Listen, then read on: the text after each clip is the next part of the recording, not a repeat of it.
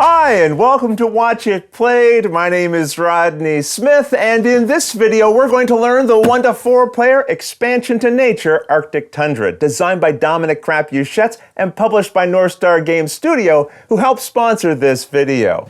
Extreme cold, unrelenting winds, frozen grounds. It's hard to imagine anything could survive in land shaped by those characteristics, and yet even in those stark conditions, life persists. And I would know. I'm Canadian. Arctic Tundra is the 4th module for the game Nature, which this video assumes you already know how to play. If not, no worries. We have a tutorial video for that, which you'll find linked in the description below, along with any of the other modules we have videos for. The various modules give you new ways to play and experience nature, and you can mix and match them in any way you like.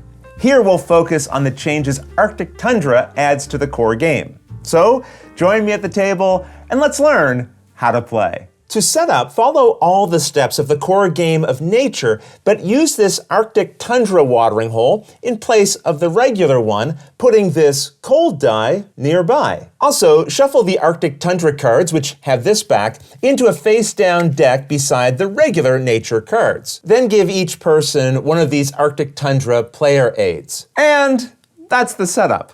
When using the Arctic Tundra module, along with the new elements this adds to your game, which we'll go over in a moment, you'll now play 5 rounds instead of the usual 4. Also, just before adding food to the watering hole, you roll the 12-sided cold die, which has values from 2 to 8, with duplicates of some of the values.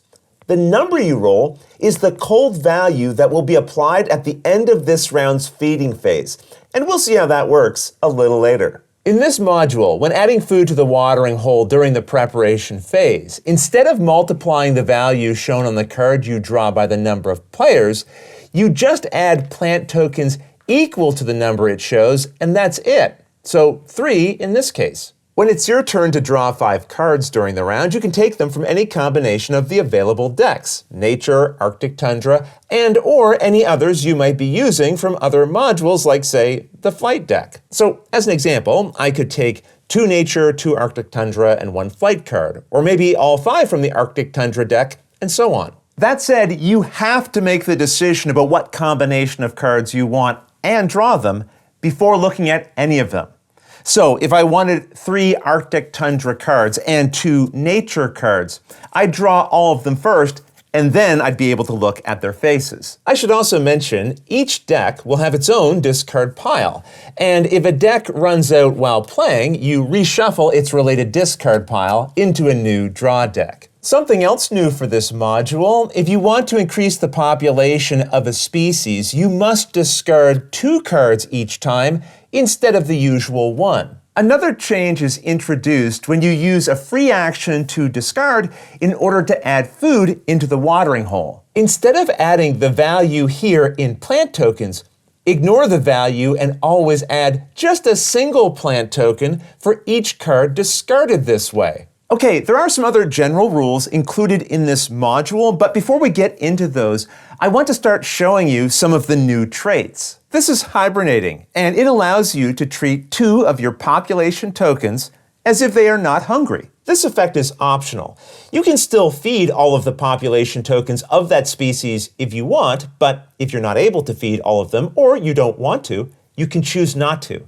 And then, up to 2 of the unfed population tokens of that species will not need to be fed, and they won't starve. Next up, we have the Underground Den trait, and it says that its species can only be hunted when it has hungry population tokens. In a case like this, it can still be the target of a hunt, but once all of its population tokens have been fed, it can no longer be targeted. If this species also had the Hibernating trait, it could treat up to 2 of its tokens as if they're not hungry. So whether the species was fed like this or even this, the trait here causes this species not to count either of these as hungry, and that means with its underground trait, it cannot be the target of a hunt. You might have also noticed that these cards have a snowflake icon in the area here. The value shown with it represents the cold protection these cards provide. So if a species had both of these traits, their total cold protection would be 4. Cold protection is used in a new feature of this module known as resolving cold, which is performed at the end of the feeding phase. At that time, the cold level, represented by the value on this die, is applied to every species in play, and for each one, the cold will kill a number of population tokens from it equal to the current cold level. So for example, with a cold level of 7, this kills 7 population tokens from this species. However, you reduce the tokens cold would kill by the value on its size dial and its protection value. So instead of killing 7 population, it kills 2 fewer due to its size and 4 fewer from the cold protection these traits provide, reducing the cold level this species suffers to 1. So only 1 of its tokens would then be killed. If we had a species like this, the cold level is reduced by 3 from its size and by 1 for its underground den trait. The remaining 3 cold would then kill that number of population tokens. It only has 2, and that means it goes extinct. After you've checked the cold level against every species in play, you then move on to the scoring phase of the round as usual.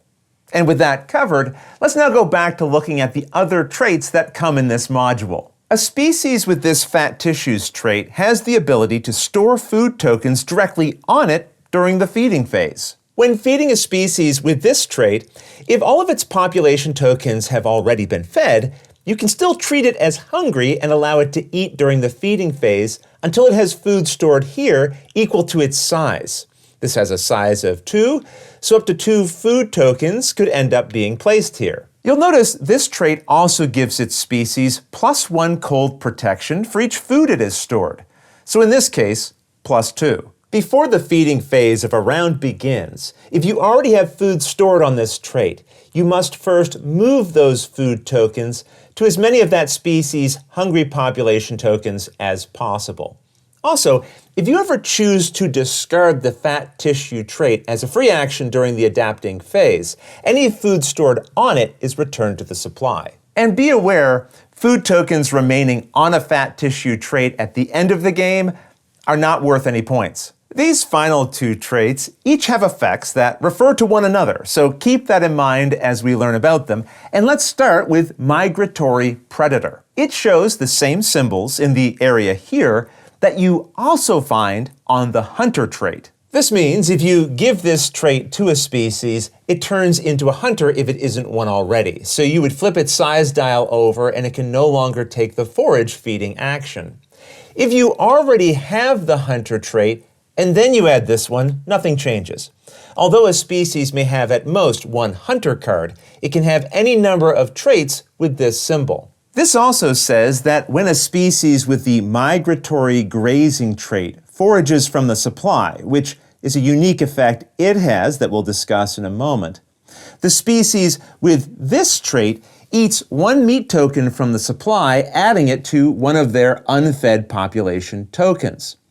This effect is not a hunt, so it does not affect traits that trigger on hunting, but would affect any that trigger on eating. As we just saw, the Migratory Predators trait resolves when a species with this trait forages from the supply, which, as we see here, is something this trait allows. This means whether the watering hole is empty or not, when feeding, it can choose to forage food directly from the supply instead of taking it from the watering hole, though you could switch and go back to eating from the watering hole on a future feeding action. However, if it does forage from the supply when any number of species with the Migratory Predator trait has room to eat, those traits are triggered, and you'll remember that means they each eat 1 meat token from the supply. And then, as it says here, 1 of the Migratory Grazing population tokens are killed. At most, only 1 of its population tokens will be killed this way, even if more than 1 migratory predator eats. And those are all the traits, which you'll also find summarized here on the included player aid. On its other side, you'll find a reminder of the general rules for this module, including this final one at the bottom. As it says here, players will score the game end bonus of 2 points for every surviving species they have at the end of every round, in addition to the final round when surviving species are normally scored. Also, I should point out, if you're playing with some of the other modules, you'll find information about how this module interacts with them at the back of the rulebook here. This Arctic Tundra module also comes with components and rules for solo play, and depending on which printing of the game you have, it may also include promotional traits to add into your game. But those elements I'll leave for you to discover on your own. Otherwise, that's everything you need to know to play the Arctic Tundra expansion for nature. If you have any questions about anything you saw here, feel free to put them in the comments below and I'll gladly answer them as soon as I get a chance. You'll also find forums for discussion, pictures, other videos, and lots more over on the games page at Board Game Geek, and I'll put a link to that in the description below. And if you found this video helpful, please consider giving it a like, subscribing, and clicking that little bell icon so you get notification anytime we post a new video. And if you'd like to support us directly, you can join our Patreon team, which I'll have linked below. But until next time, thanks for watching.